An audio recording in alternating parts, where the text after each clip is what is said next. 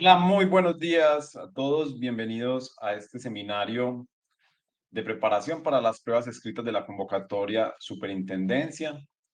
Agradezco antes de continuar, antes de comenzar con lo que nos convoca el día de hoy, me confirmen a través del chat que encuentran en la parte derecha de su pantalla. Quiero que me confirmen si está todo bien con el audio, con el video, con las diapositivas y así demos comienzo a esto que nos convoca el día de hoy. Perfecto, listo. Por aquí me dicen que está todo bien. Les agradezco mucho. Vamos a comenzar entonces con lo que nos interesa, con la preparación para las pruebas escritas de la convocatoria de superintendencias que se aplicarán el próximo domingo 3 de noviembre del 2024. En días pasados, la Comisión Nacional del Servicio Civil y la Universidad Libre divulgaron la guía de orientación al aspirante. Esta es una guía que se publica con un mes de anticipación a las pruebas escritas y se nos informó cuáles son los ejes temáticos que serán evaluados en las pruebas para cada uno de nosotros. Precisamente de esto vamos a discutir el día de hoy, de la metodología de evaluación, de los ejes temáticos que serán evaluados. Vamos a digamos, aclarar algunos puntos de estos dos asuntos, de la metodología y de los ejes temáticos, y para ello vamos a desarrollar el siguiente orden del día. Vamos a recordar cuáles son las pruebas que se aplicarán en esta convocatoria de las superintendencias. Hay varias preguntas aquí a través del chat. En un momento vamos a ir resolviendo lo que tengamos allí pendiente. Las pruebas son el domingo 3 de noviembre. Eso ya, digamos que fue informado por parte de la Universidad Libre y la Comisión. Pero en un momento vamos a ver esa parte formal de las pruebas. Vamos a seguir el orden del día que a continuación mencionaremos. En primer lugar, vamos a recordar cuáles son las pruebas que se aplicarán. En segundo lugar, las características técnicas de estas pruebas que se aplicarán, cuáles, digamos, son las condiciones de aplicación, cómo debo yo observar la citación y otras condiciones, digamos, que formales de la aplicación de las pruebas. Vamos a ver cómo consultar los ejes temáticos que serán evaluados. A continuación, vamos a ver qué fuentes de estudio podemos nosotros observar para preparar los ejes temáticos que nos fueron divulgados. Vamos a ver algunos ejemplos de evaluación más allá de los que trae la guía de orientación al aspirante. Y finalmente, vamos a ver cómo prepararnos, algunas recomendaciones.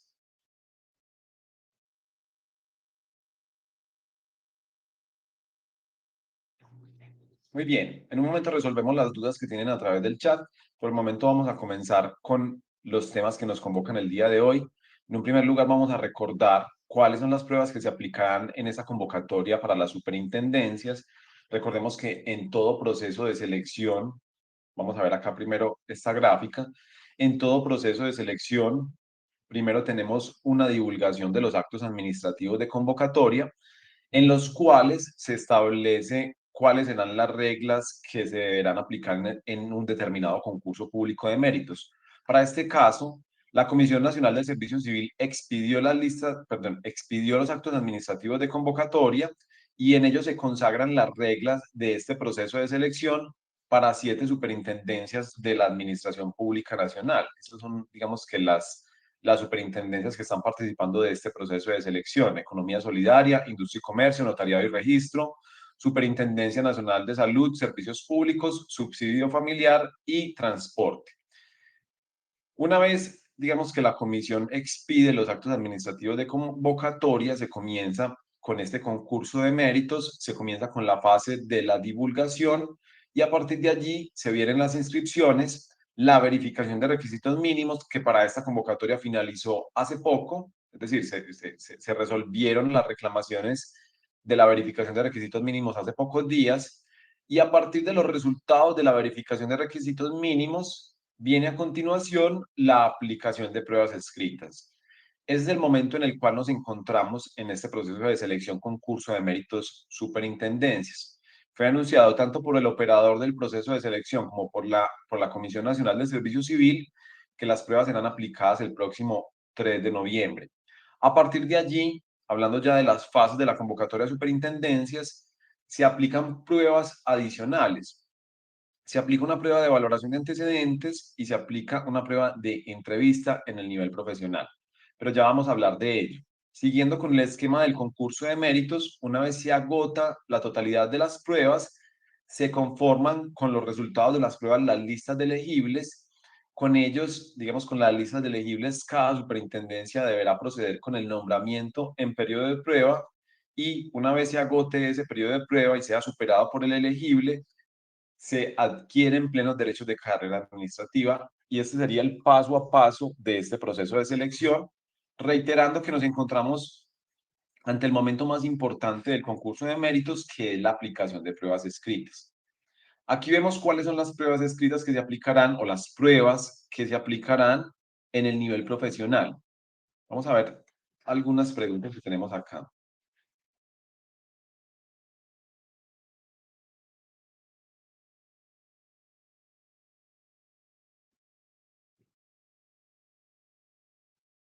Bueno, tenemos algunas inquietudes, pero son relacionadas con las pruebas. Creo que en el desarrollo de estas charlas vamos a ir resolviendo esas inquietudes que están a través del chat. Vamos a ir a las pruebas que se aplicarán en esta convocatoria de superintendencias. Estas son las pruebas que se aplicarán para el nivel profesional. Se establecieron 4 pruebas en total: competencias funcionales, competencias comportamentales, entrevista y valoración de antecedentes. Estas son las 4 pruebas que se aplicarán. Una de ellas es una prueba de competencias funcionales y es la prueba más importante de este proceso de selección. Es eliminatoria, tiene un peso porcentual del 70% y es una de las pruebas escritas que aplicaremos el próximo 3 de noviembre. Adicionalmente, se aplicará una prueba de competencias comportamentales con un peso porcentual del 10%. Estas son las 2 pruebas escritas que se aplicarán el próximo domingo 3 de noviembre. Por aquí veo una inquietud y de pronto me gustaría aclararla, y es que estas pruebas no se van a aplicar el domingo 27 de octubre. El 27 de octubre se aplican las pruebas para otra convocatoria, que es la convocatoria Nación 6. Ese es otro proceso de selección aparte. Las pruebas para la convocatoria de las superintendencias se aplicarán el domingo 3 de noviembre, de acuerdo a lo informado por la Comisión y la Universidad Libre en, en, a través de la guía de orientación al aspirante. Miren, yo quiero compartirles una información para que todos revisemos antes de continuar con esto.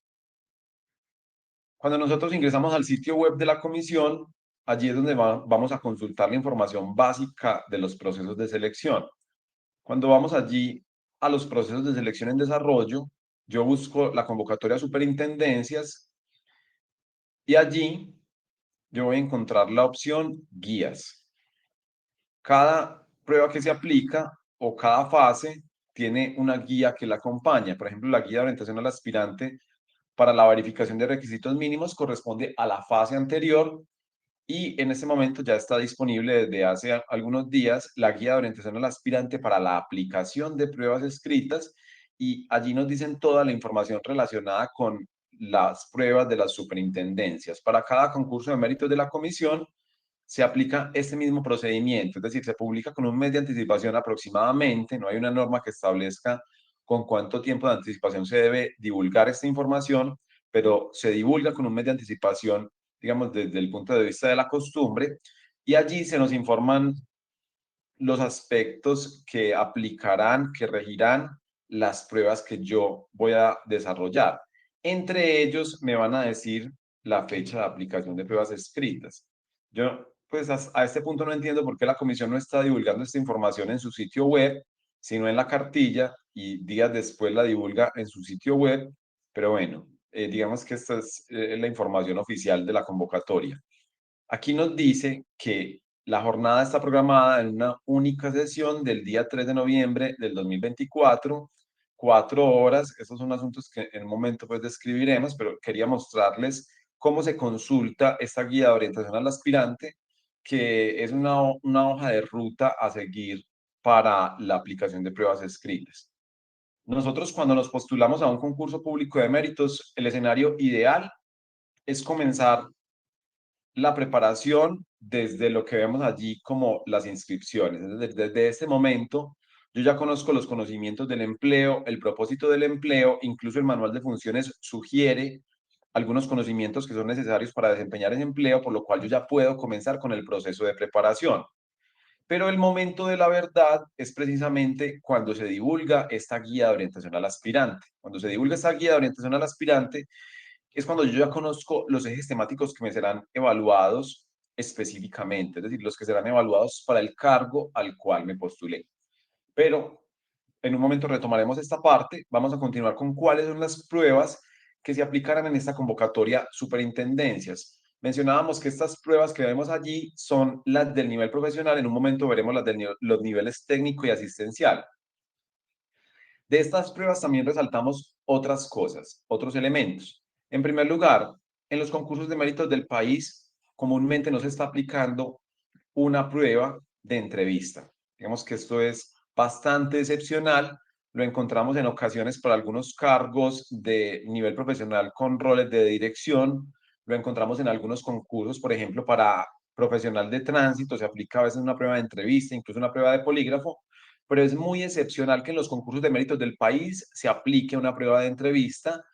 En cambio, en esta convocatoria superintendencias se decidió aplicar una prueba de entrevista para todo el nivel profesional. Esa fue, digamos que, el resultado de la planificación de este concurso. Se optó por adicionar esta prueba, que es una prueba que evalúa, podemos afirmar, el mismo componente o un componente similar al que se evalúa en la prueba de competencias comportamentales, porque en la entrevista no evalúa conocimientos, sino competencias del ser.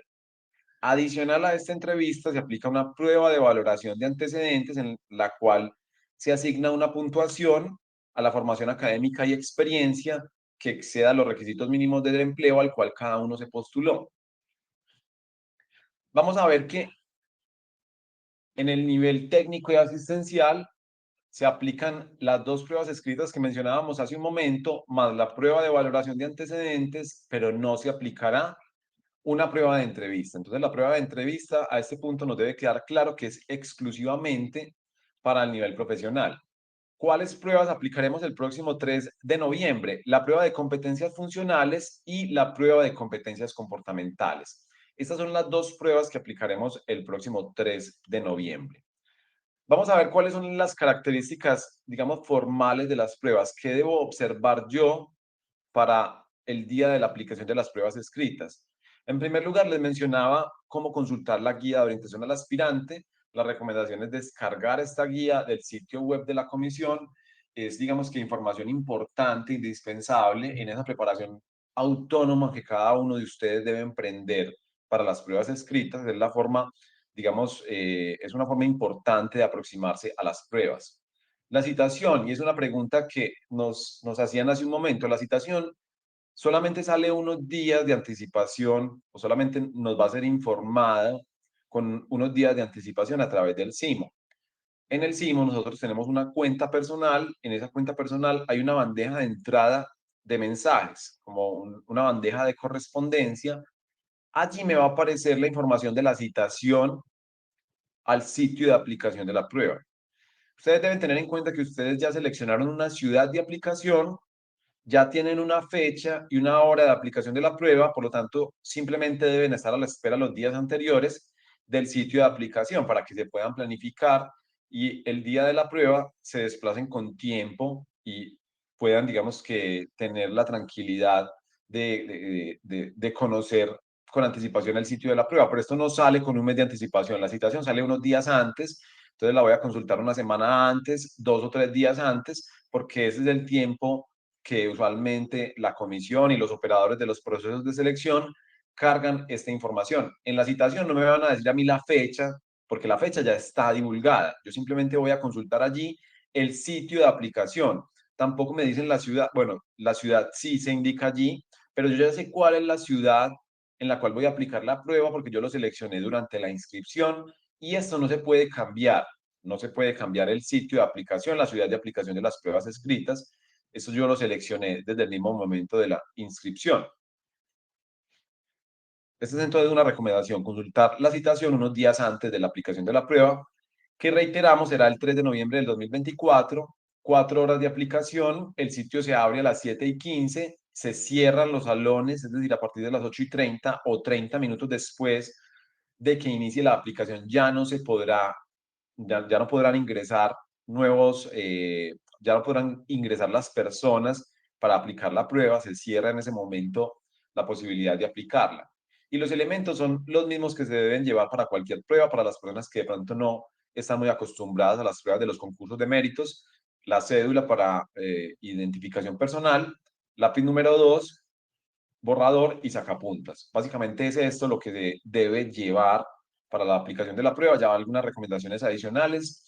A mí me parece importante llevar hidratación, ¿cierto? Como agua, esencialmente agua, para estar allí como fresco, ¿cierto? Esa hidratación también ayuda como a mantener pues lucidez, ¿cierto? Porque recordemos que esta prueba es un ejercicio que nosotros habitualmente, es un estrés al cual no estamos sometidos habitualmente, ¿cierto? 4 horas de resolver problemas complejos, porque realmente la prueba es un conjunto de problemas que yo debo resolver. Implica una concentración especial, implica también un desgaste del cuerpo, de la mente. Entonces, también eso es una parte que yo debo preparar, ¿cierto? Pero además de esa parte ya formal, o esa parte que yo no puedo cometer errores en no llevar lápiz, en no llevar sacapuntas, ¿cierto? Entonces, por eso siempre recordamos este asunto. Vamos a ver que estas pruebas escritas, dentro del mes siguiente aproximadamente, la comisión va a informar que serán divulgados los resultados a través del CIMO en una fecha determinada. Yo voy a consultar los resultados en esa fecha, obviamente, y voy a contar con 5 días hábiles para interponer una reclamación si así lo deseo.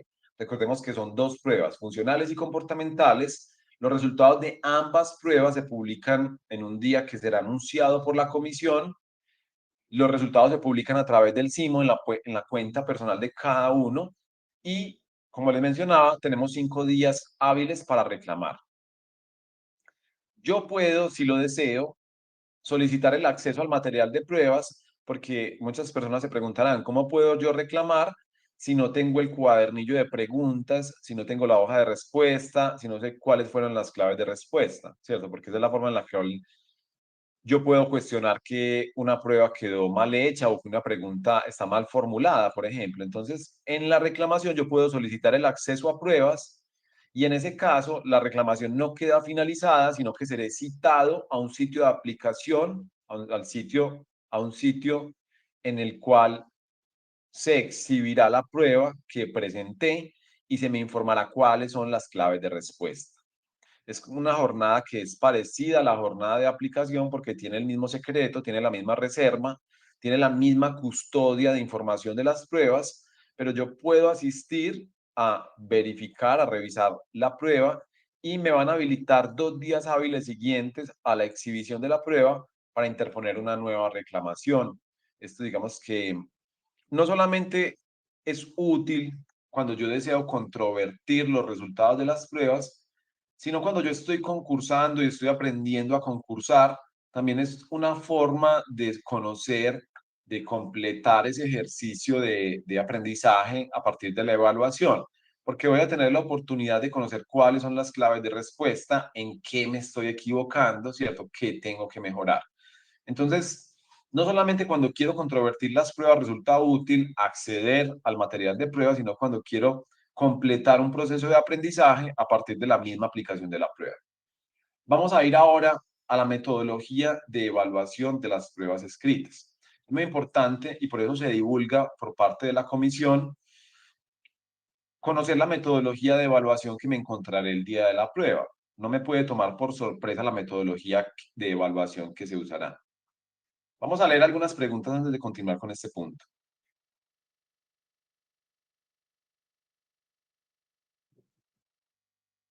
Buen día, ¿ya debió llegar la citación al CIMO? No, la citación al CIMO usualmente se tarda, y hay ocasiones en las cuales incluso 2 días antes de las pruebas recientemente está siendo incorporada. Entonces, debemos ser pacientes. Ya nosotros conocemos la fecha, ya nosotros conocemos la ciudad en la cual aplicaremos la prueba, pues simplemente vamos a esperar a que se divulgue la citación a través del CIMO.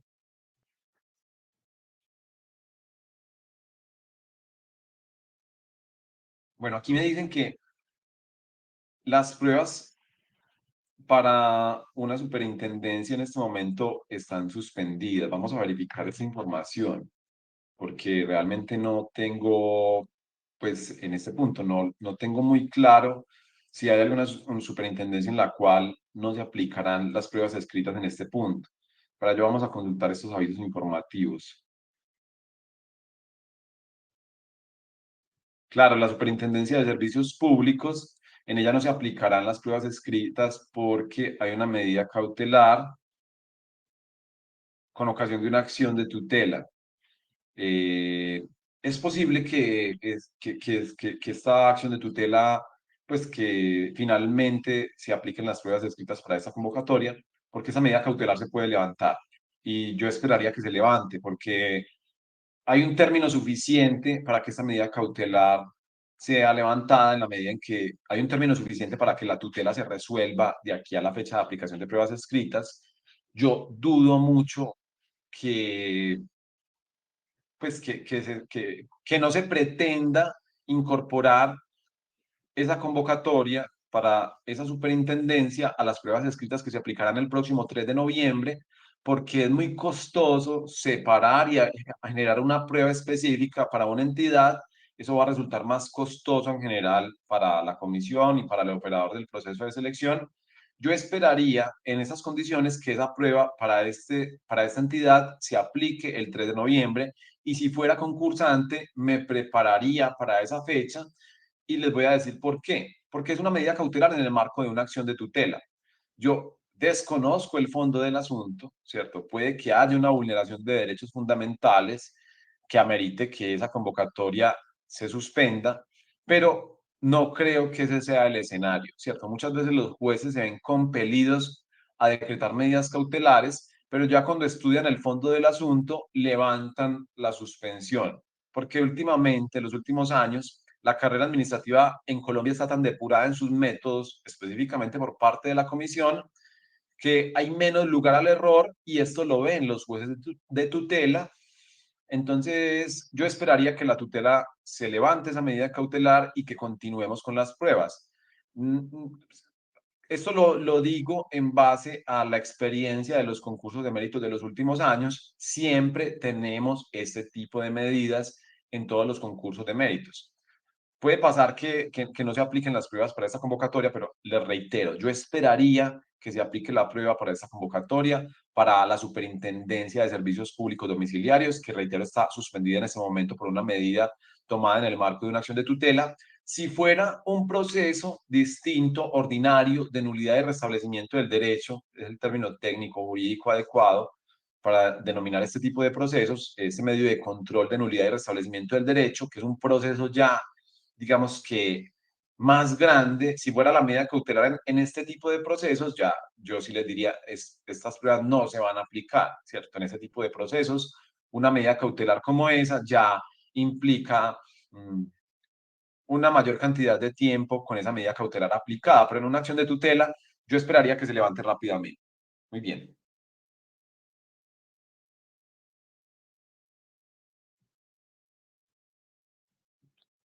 Vamos a resolver las preguntas que tenemos acá para no dejarlas en el aire. En la valoración de antecedentes se tienen en cuenta los documentos cargados en el SIMO, nos pregunta Andrés. Sí, los que ustedes cargaron durante las inscripciones o solamente los que cargaron durante las inscripciones. En este momento no se puede cambiar el lugar de la prueba. Es una pregunta que nos hace Juan Donaldo. No, en este momento no se puede cambiar el lugar de la prueba y usualmente en las convocatorias CNS no se brinda esta oportunidad. En un momento les vamos a informar, les voy a compartir a través del chat, dónde pueden consultar los ejes temáticos.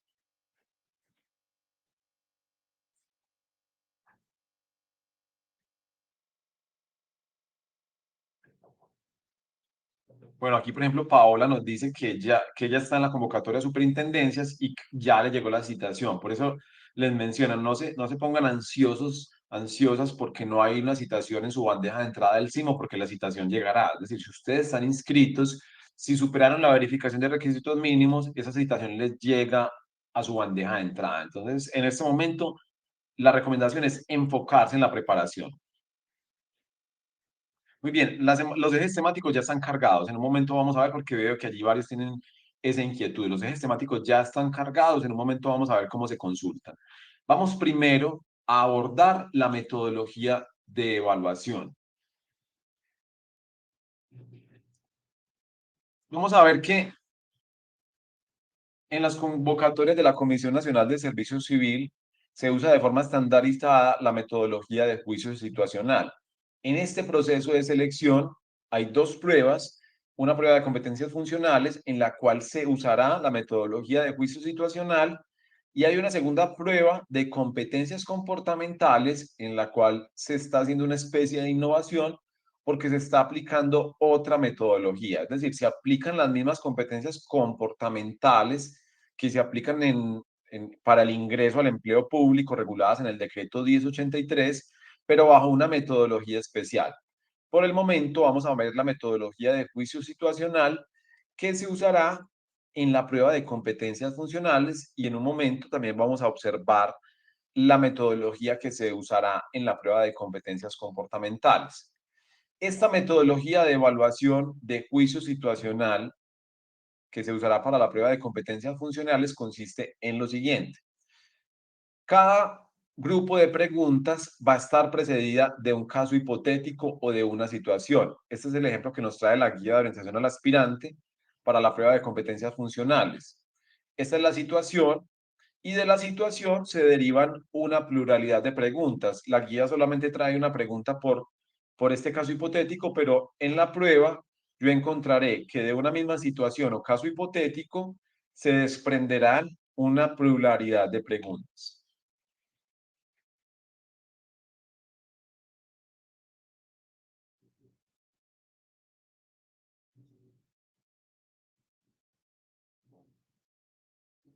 Hay unas preguntas a través del chat, pero en un momento las resolvemos porque están relacionadas con lo que estamos viendo acá.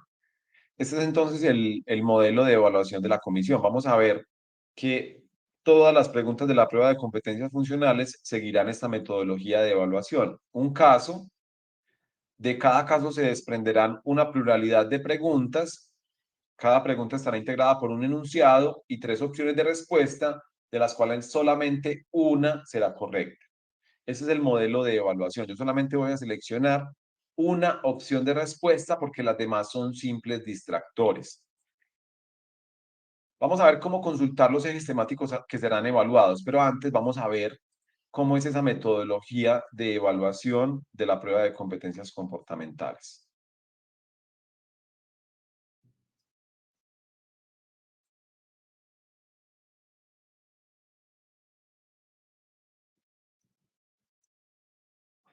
No sabes.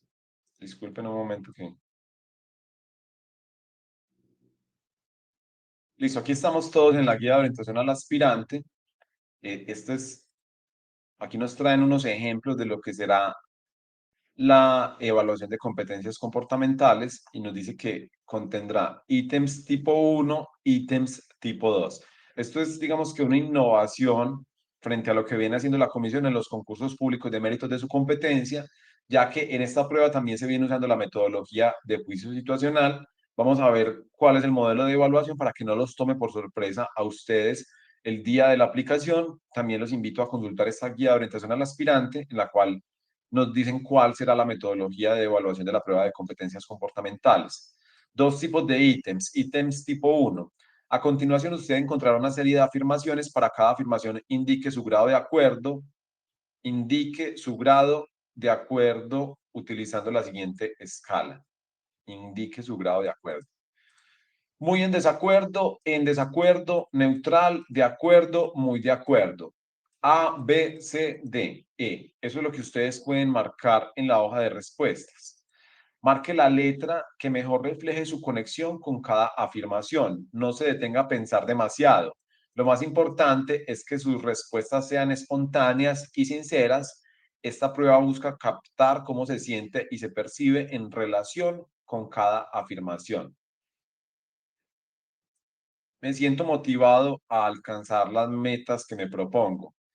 No sé quién diría acá muy en desacuerdo, ¿cierto? Yo creo que todos diríamos que muy de acuerdo. Pero bueno, eso es un ejemplo para que aterricemos seguramente el modelo de evaluación. Me aseguro de entender las instrucciones antes de ejecutar las tareas asignadas. Nuevamente, nadie va a decir acá muy en desacuerdo. Digamos que en el modelo, en la evaluación, ustedes no se van a encontrar con preguntas de esta naturaleza, ¿cierto? Digamos que voy a encontrar situaciones que me van a implicar, eh, que me van a generar más dudas, y no dudas en mis conocimientos, ¿cierto? Dudas en lo que yo haría, en lo que siento, en lo que pienso. Pero bueno, no tenemos ese tipo de ejemplos. Y aquí el modelo de evaluación es muy similar. A continuación se presentan, hablo de las preguntas tipo 2 que me encontraré en la prueba de competencias comportamentales. A continuación se presentan varias afirmaciones con sus hábitos y comportamientos. Para cada afirmación, indique con qué frecuencia la experimenta en su vida diaria utilizando la siguiente escala. Nunca, rara vez, ocasionalmente, frecuentemente, siempre. Entonces, los ejemplos son los siguientes. Procuro desviar el tema de conversación cuando éste se torna complejo. Soy impaciente ya que no hay tiempo que perder. Bueno, aquí tenemos entonces otros ejemplos de lo que es la prueba de competencias comportamentales. Vamos a ver las justificaciones. En la afirmación 3 se marcó B para rara vez. Eso significa que la persona experimenta esa conducta de desviar el tema de conversación cuando éste se torna complejo en pocas ocasiones. En general, esto sugiere que, aunque puede haber momentos en que prefiere evitar la complejidad de una conversación, no es una conducta habitual.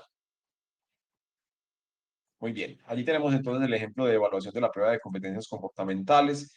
Esto es simplemente para que tengamos allí claro cómo será la evaluación en esta prueba, para que no sea una sorpresa el día de la prueba. Miren la sugerencia que nos hacían a nosotros en las instrucciones. Responda con sinceridad, responda con franqueza. Realmente esto es importante en este tipo de pruebas, ¿cierto? En la prueba de competencias comportamentales es una prueba en la cual yo debo dejar ver transparentemente cómo son esas habilidades conductuales mías en un entorno laboral, ¿cierto? Vamos a ver ahora en un momento cómo puedo yo comprender mejor cuáles son esas competencias comportamentales que se evalúan, que se evaluarán, es decir, cuáles son los conceptos que están detrás de cada competencia comportamental. Edward tiene una pregunta acá bien interesante. A él se le indica que le será evaluado dirección y desarrollo de personal y toma de decisiones. Yo no tengo personas bajo mi cargo. ¿Qué debo hacer? Miren, realmente esas son competencias comportamentales que se planificaron, son competencias comportamentales que en efecto son para cargos que tienen personal a cargo, pero que si en la planificación del concurso se determinó que eran necesarias para determinados empleos, esto digamos que es válido desde el punto de vista jurídico, que no hay ninguna actuación indebida y simplemente son competencias comportamentales que serán evaluadas allí. Reitero la aclaración. En el nivel profesional hay unas competencias comportamentales que están reguladas desde el decreto 1083 del 2015, que son específicas para nivel profesional con personal a cargo, es decir, que coordinan grupos de trabajo, que supervisan el trabajo de otros, etcétera. En estos casos hay competencias comportamentales que son específicas de este nivel profesional con personal a cargo, que son toma de decisiones y dirección y desarrollo de personal. Son competencias comportamentales de nivel profesional que tiene funciones de coordinación de grupos de trabajo. Esas competencias comportamentales pueden ser evaluadas, en este caso, para empleados que no tienen personal a cargo y esto, digamos que tiene justificación jurídica. Alejandra nos pregunta, ¿esos cambios de metodología de los comportamentales implica una falta a los acuerdos? No, para nada, porque las pruebas, la metodología de evaluación no se establece en el acto administrativo de convocatoria, no se dice cuál será la metodología de evaluación. Eso se implementa ya en el desarrollo del concurso de méritos. La comisión viene implementando una metodología estándar en la prueba de competencias comportamentales y resulta razonable que busquen otras metodologías de evaluación. Eso no hay ningún inconveniente en eso, ni se está generando una falta por parte de la comisión ni los operadores.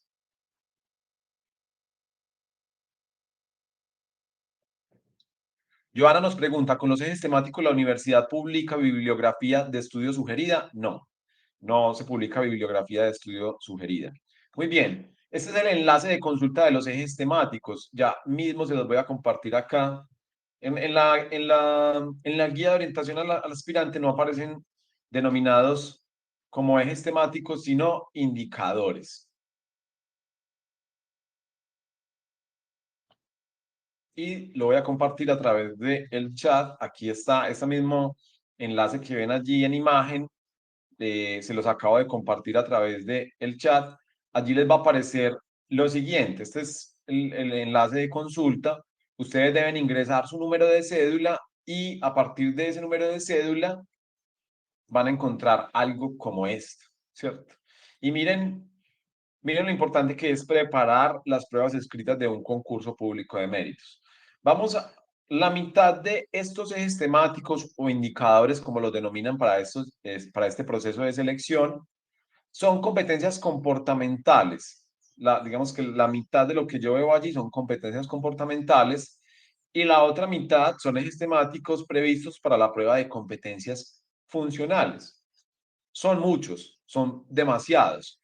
Voy a restar los ejes temáticos que hay en la prueba de competencias comportamentales, porque esos ejes temáticos yo igual no los debo preparar en la misma medida en la que preparo una prueba de conocimientos o una prueba en la cual me evalúan otro tipo de habilidades.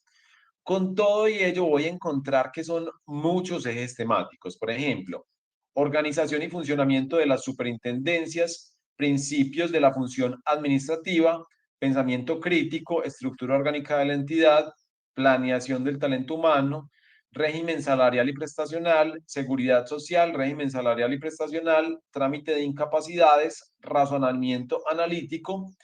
Hasta ahí llega la prueba de competencias funcionales y a partir de allí viene la prueba de competencias comportamentales, adaptación al cambio, aporte técnico profesional, aprendizaje continuo, compromiso con la organización, comunicación efectiva, dirección y desarrollo de personal, gestión de procedimientos, instrumentación de decisiones, orientación al usuario y al ciudadano, orientación a resultados, toma de decisiones.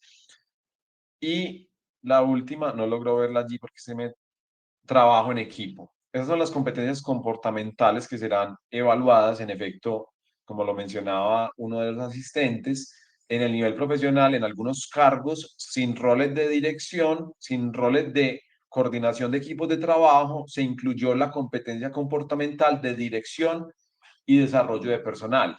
Llama la atención que, pues a nosotros, al equipo de Construyendo Méritos, nos llama la atención que en los concursos de méritos de la comisión usualmente se evalúan 4, 5 competencias comportamentales por cada cargo y aquí nos están evaluando 1, 2, 3, 4, 5, 6, 7, 8, 9, 10, 11, 12 competencias comportamentales. Nos serán evaluadas 12 competencias comportamentales distintas. Esto no hace necesariamente la prueba más compleja, porque el número de preguntas seguramente no va a crecer significativamente, aunque este modelo de evaluación me permite una mayor agilidad al resolver la prueba, pero llama la atención eso, es decir, me están evaluando una amplia gama de competencias comportamentales en los concursos de méritos. Ayer nada más teníamos un espacio similar a este en el cual analizábamos la convocatoria Nación 6 y en efecto, para ese proceso de selección, en cada cargo se evaluarán 4 o 5 competencias comportamentales.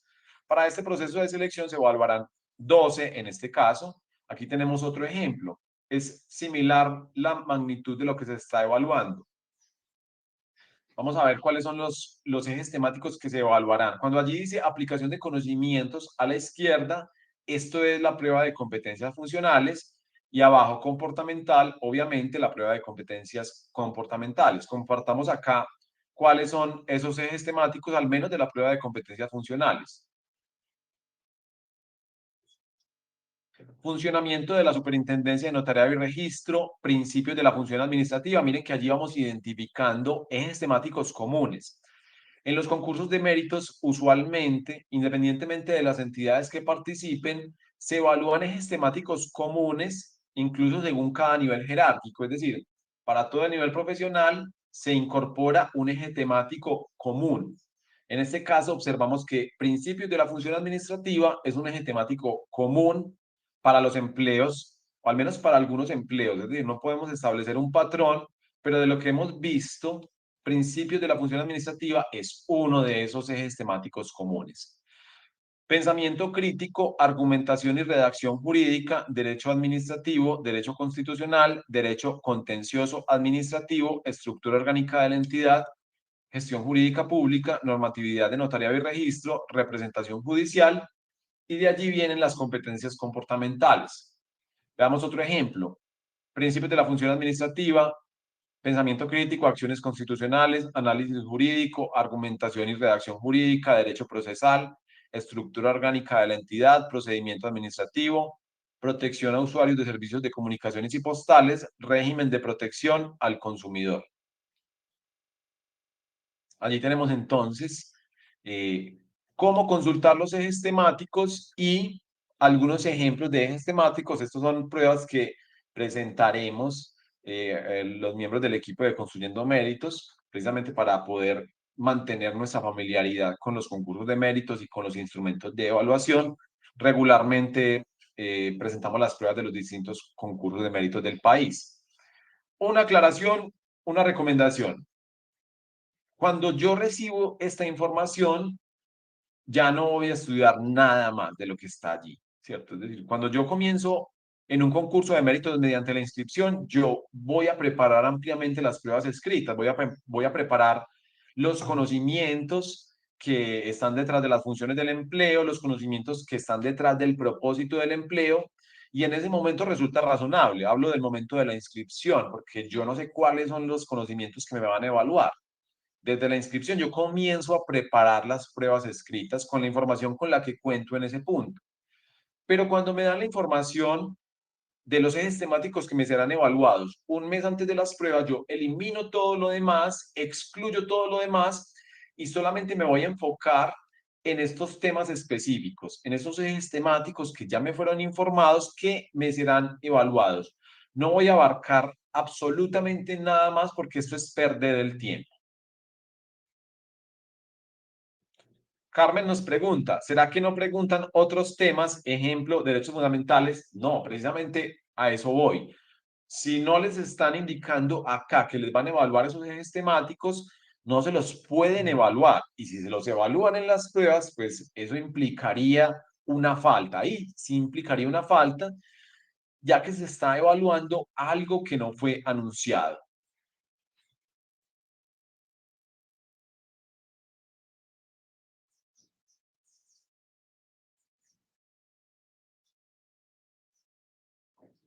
Nuevamente, Eduardo nos pregunta, no pregunta ofimática, no está en mis ejes temáticos.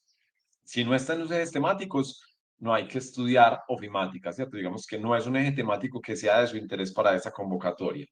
Muy bien, vamos a ver a continuación algunos ejemplos para que comprendamos mejor qué es lo que se va a evaluar.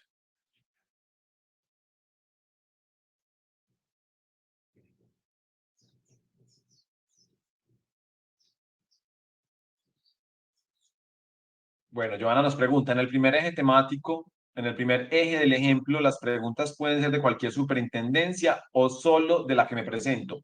Ojo, solo de la superintendencia a la cual ustedes están postulando. No tendría sentido que les evalúen un conocimiento sobre otra superintendencia. Es decir, aquí sí ustedes van a encontrar que hay conocimientos que están conectados con el empleo y con la entidad a la cual ustedes están postulando. No les pueden preguntar algo de la Superintendencia de Salud cuando ustedes van para la Superintendencia de Notariado y Registro, no tendría sentido, no tendría sentido desde el objeto de evaluación.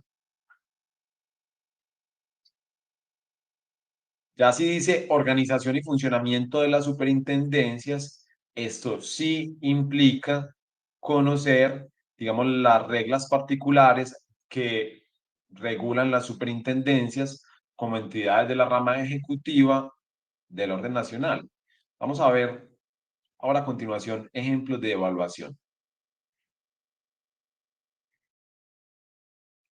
Y vamos a ver ejemplos de evaluación en relación a lo que veíamos, a unos ejemplos que señalamos aquí de estos que fueron divulgados. Por ejemplo, para este cargo se incluyó el eje temático planeación del talento humano. Y vamos a resolver unas preguntas relacionadas con este eje temático para que nos familiaricemos con esta metodología de evaluación de juicio situacional y para que comprendamos mejor cómo se evalúan los conocimientos en esta metodología.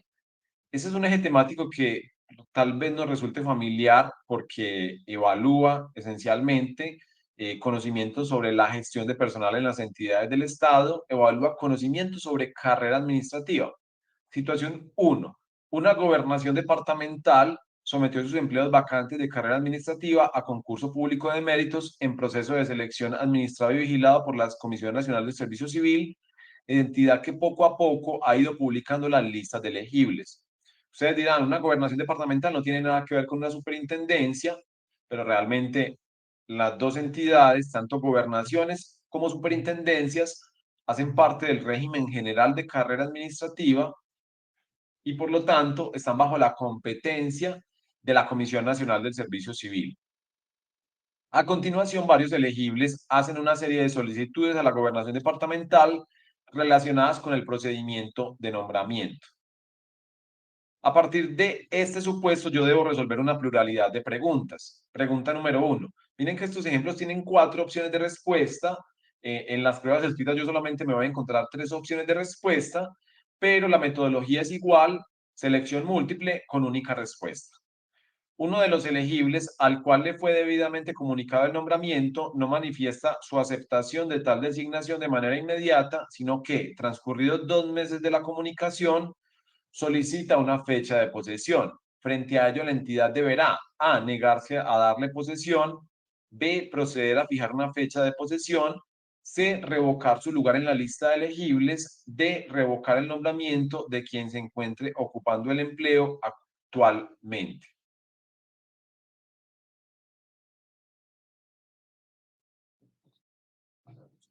Allí entonces, miren que es una pregunta que se deriva de un supuesto, de un caso hipotético inicial.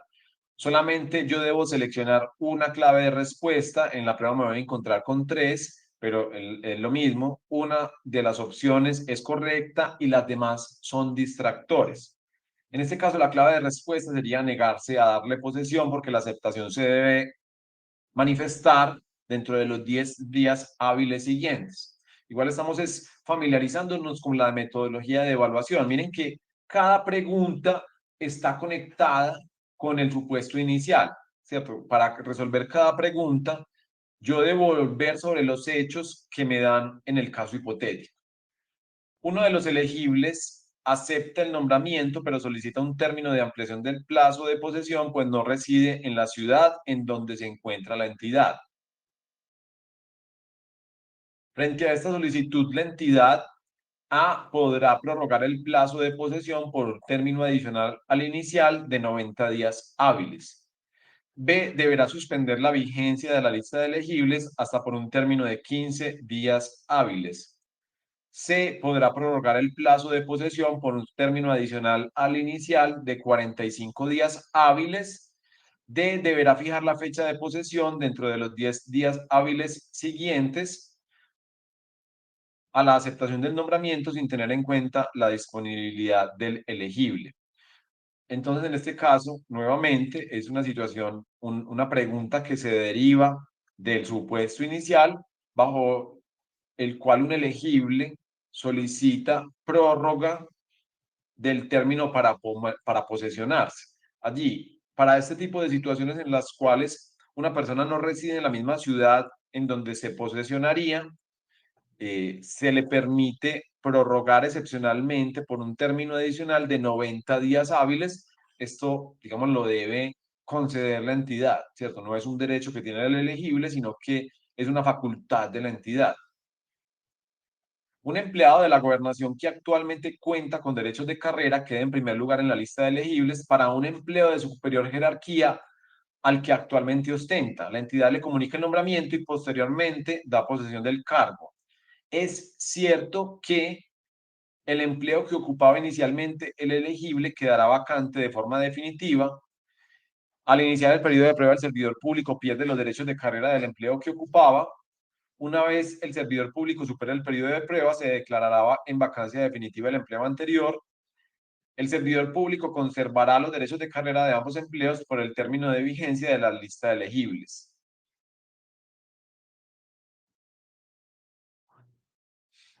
Allí la clave de respuesta es la C. Una vez el servidor público supere el periodo de prueba, se declarará en vacancia definitiva el empleo anterior. Vamos a ver la última pregunta, para no, digamos, ampliar mucho este tema, que seguramente no será del interés de muchos de ustedes. Simplemente aquí estamos familiarizándonos con esta metodología de evaluación. En un momento vamos a ver quizá un eje temático que es más común para todos ustedes. La gobernación departamental podrá hacer uso de la lista de elegibles dentro de su término de vigencia, que por regla general es de A, 2 años, B, 3 años, C, 5 años, D, 4 años. La respuesta allí, que aplica también para ustedes, porque en las superintendencias también las listas de elegibles tienen el mismo término de vigencia, es la A, 2 años. Este es el término de vigencia de la lista de elegibles para las superintendencias, al igual que lo es para una gobernación departamental. Vamos a ver un par de ejemplos adicionales.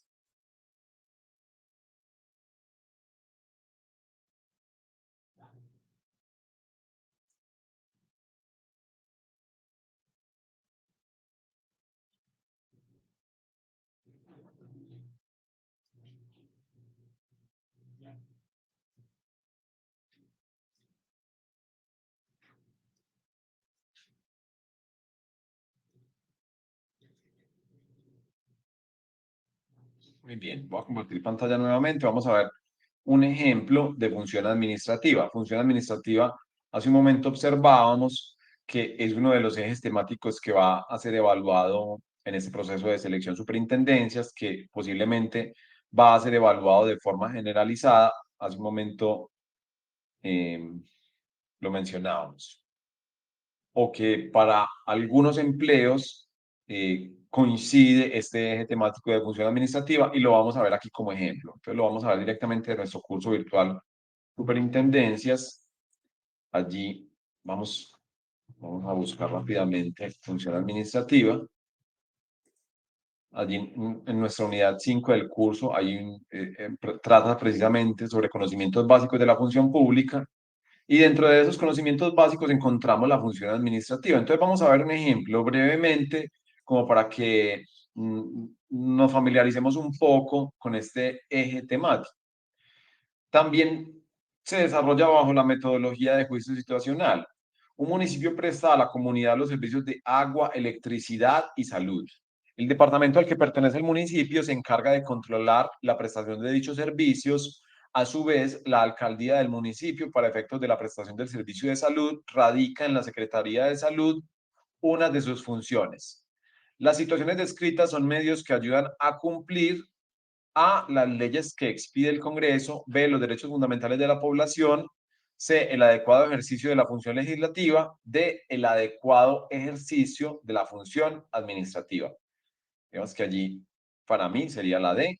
Y allí nos dan una justificación y nos dicen que el artículo 209 nos dice que la función administrativa, hablo del artículo 209 de la Constitución, está al servicio de los intereses generales y se desarrolla con fundamento en los principios de igualdad, moralidad, eficacia, economía, celeridad, imparcialidad y publicidad, mediante la descentralización, la delegación y la desconcentración de funciones.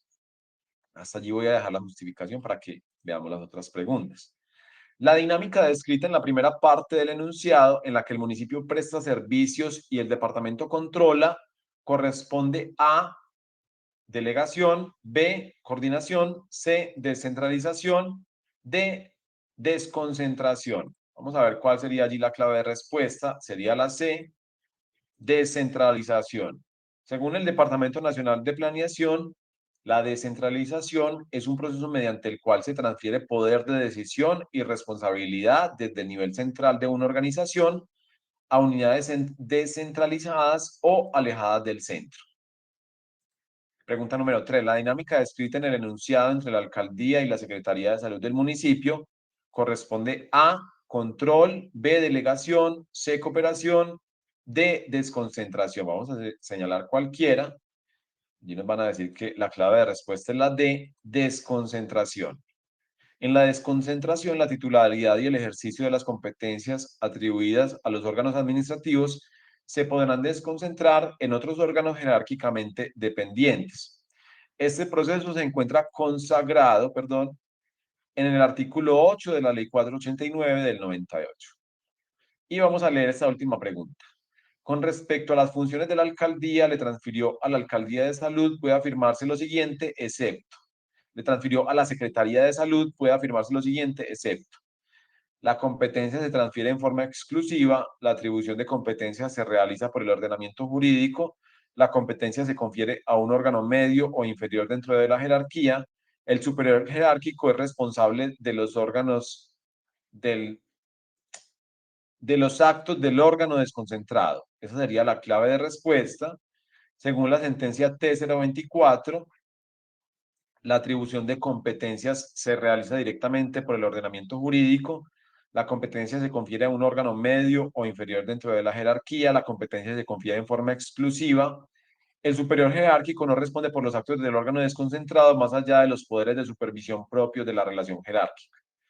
Allí estaría, digamos, las claves de respuesta, las justificaciones de este ejemplo de evaluación de función administrativa. Esto como para aquellas personas que les van a evaluar principios de la función administrativa. También tenemos, aquí vamos a ver brevemente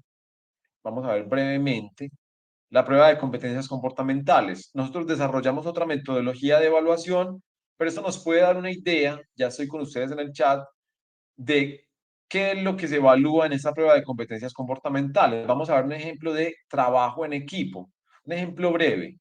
En la entidad para la cual usted trabaja han incorporado a través de concurso de méritos un grupo grande de profesionales nuevos.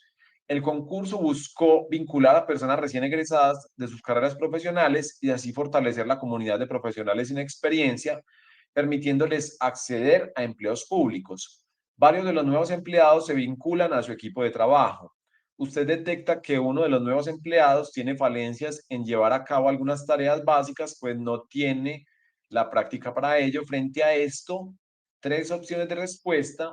A, permite que se apropie de los conocimientos a partir de la propia experiencia. B, les explica detalles del trabajo sin compartir toda la información para que pueda aprender de la experiencia. C, se reúne con él periódicamente de manera informal para resaltar algunos procedimientos que puede mejorar. Allí tenemos entonces nuevamente competencias comportamentales. Se trata de otra metodología de evaluación, pero se evalúan las mismas competencias comportamentales, entonces nos da una idea del contenido de evaluación. Y con esa justificación quizá nos queda más claro. La competencia de trabajo en equipo incluye cooperación entre compañeros del mismo grupo, así que la oportunidad de capacitar idóneamente a un miembro de su equipo es parte de la regla de cooperación de esa competencia. Por lo tanto, la colaboración entre miembros puede resultar un indicador de la misma, en este caso, reasignando los tiempos para dar cumplimiento a las inducciones.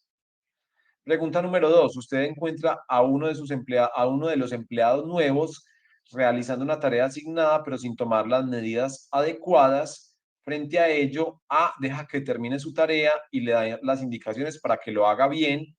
B, no le hace notar su propio error, pues debe aprender por sus propios medios. C, lo interrumpe y le indica de qué manera puede llevar a cabo la actividad de forma correcta. Como yo ya sé que me están evaluando la competencia de trabajo en equipo, pues es más fácil resolver cuál es la clave de respuesta.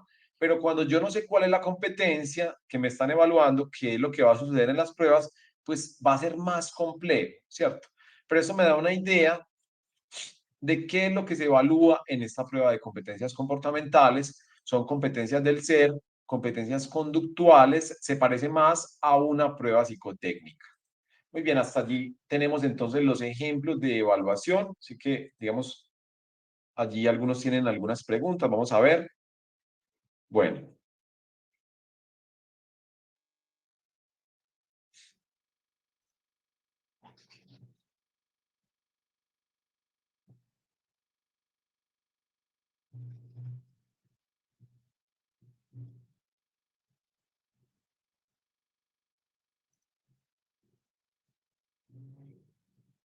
¿a qué fuentes de estudio se puede acudir para profundizar sobre los ejes temáticos publicados? Nosotros consideramos en Construyendo Méritos que la preparación para los concursos públicos de méritos es autónoma, ¿cierto? Que cada concursante, hasta cierto grado, obviamente nosotros nos apoyamos de cursos, de materiales de formación, pero también es muy importante que cada concursante emprenda una preparación autónoma para las pruebas escritas. Muchas veces nos preguntamos cómo prepararnos, a qué fuentes de estudio acudir. Pues nosotros, de entrada, tratándose de un concurso público de méritos en los cuales nos estamos postulando o en el cual nos estamos postulando a empleos públicos, pues es importante saber consultar normas, constitución, leyes, decretos, sentencias y saber tener el criterio para establecer cuál es la fuente de consulta adecuada. Entonces, aquí lo que vamos a hacer a continuación es precisamente compartir con ustedes cómo consultar leyes, cómo consultar jurisprudencia, cómo consultar, perdón, leyes, cómo consultar decretos. Jurisprudencia no es tan necesario realmente. Entonces vamos a ir a Google y aquí hay una pregunta que es pertinente. ¿Dónde puedo encontrar principios de la función administrativa? Esta pregunta nos la hace Edward Holguín. Pues primero hay que saber cuál es la ley que aplica para este caso en particular, pero vamos a decir que la ley 489 de 1998, esta es la ley que regula la función administrativa o una de las leyes que regula la función administrativa.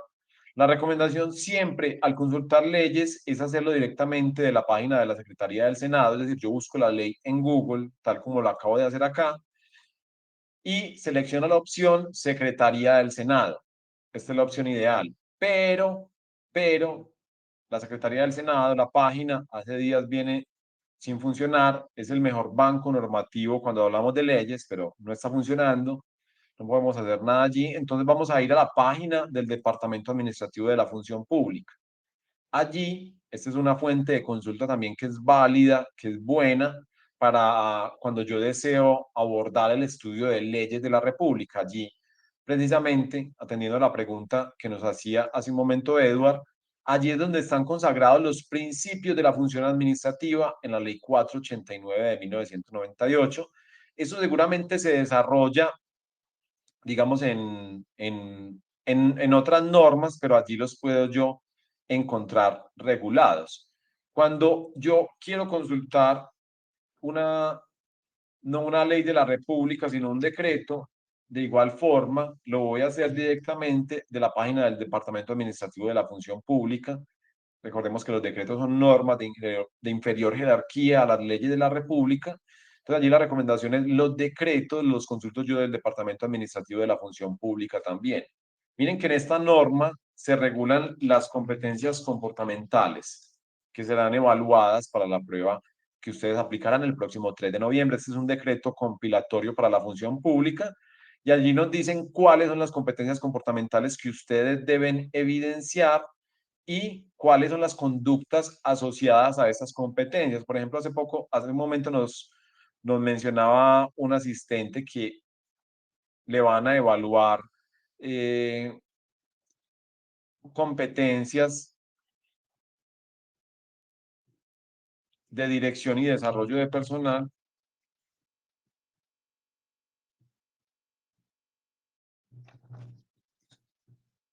Bueno, estas son, digamos, las competencias que se evalúan para ustedes en las pruebas escritas. Están reguladas en el decreto 1083 del 2015.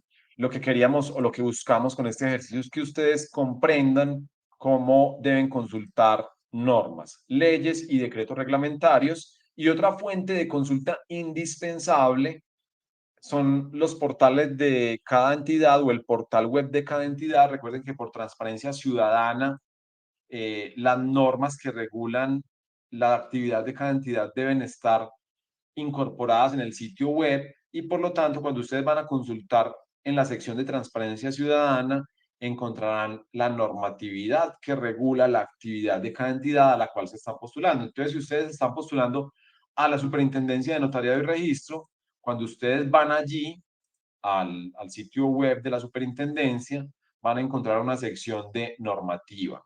En esa sección de normativa van a encontrar estas normas, digamos, que podemos buscar de forma autónoma, pero allí, digamos, que las van a encontrar en el portal web de cada entidad. Esa es una recomendación entonces que hacemos. Y finalmente, ya, digamos, para terminar, ya vamos a resolver las dudas que tienen ustedes allí en este momento.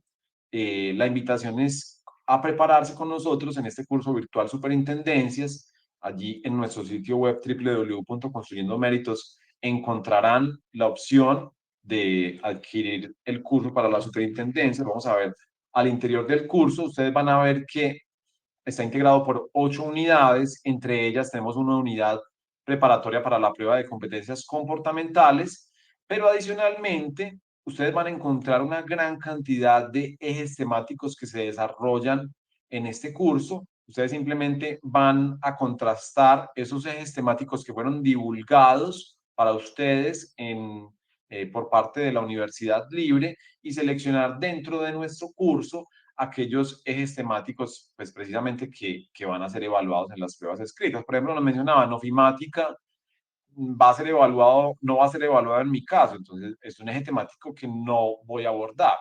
Hay personas que les van a evaluar redacción de textos, comprensión de lectura, hay personas que les van a evaluar eh,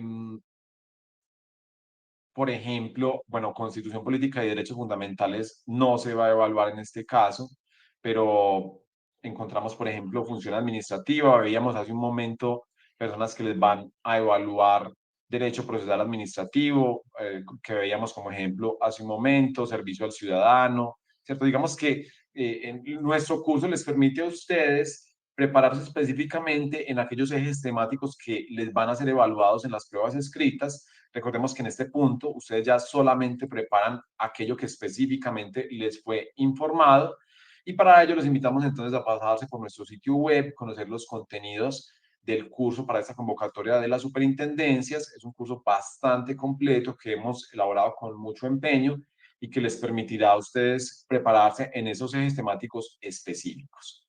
Muy bien, vamos ahora a resolver algunas preguntas.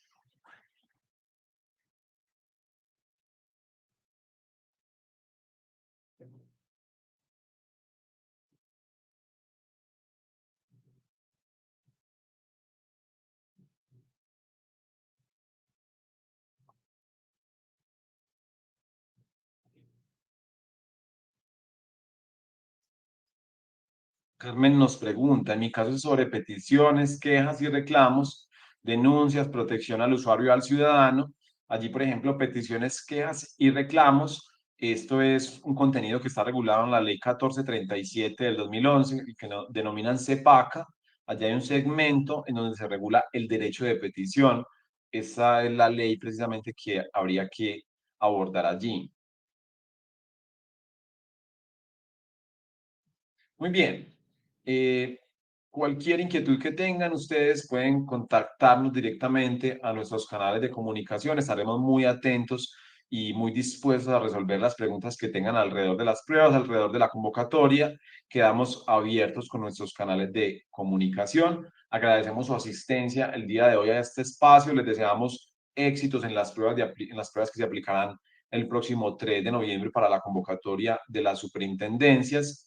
Y bueno, nos vemos en una próxima ocasión. Por aquí, Joe Solmer nos dice, el derecho de petición es mejor consultarlo en la ley 1755 del 2015 y hago la aclaración. La ley 1755 del 2015 modificó el CEPACA, la ley 1437, entonces es una ley que se incorpora a la ley 1437. Esto es una aclaración técnico-jurídica, pero realmente eso es lo que sucede allí con la ley que aplica para el derecho de petición.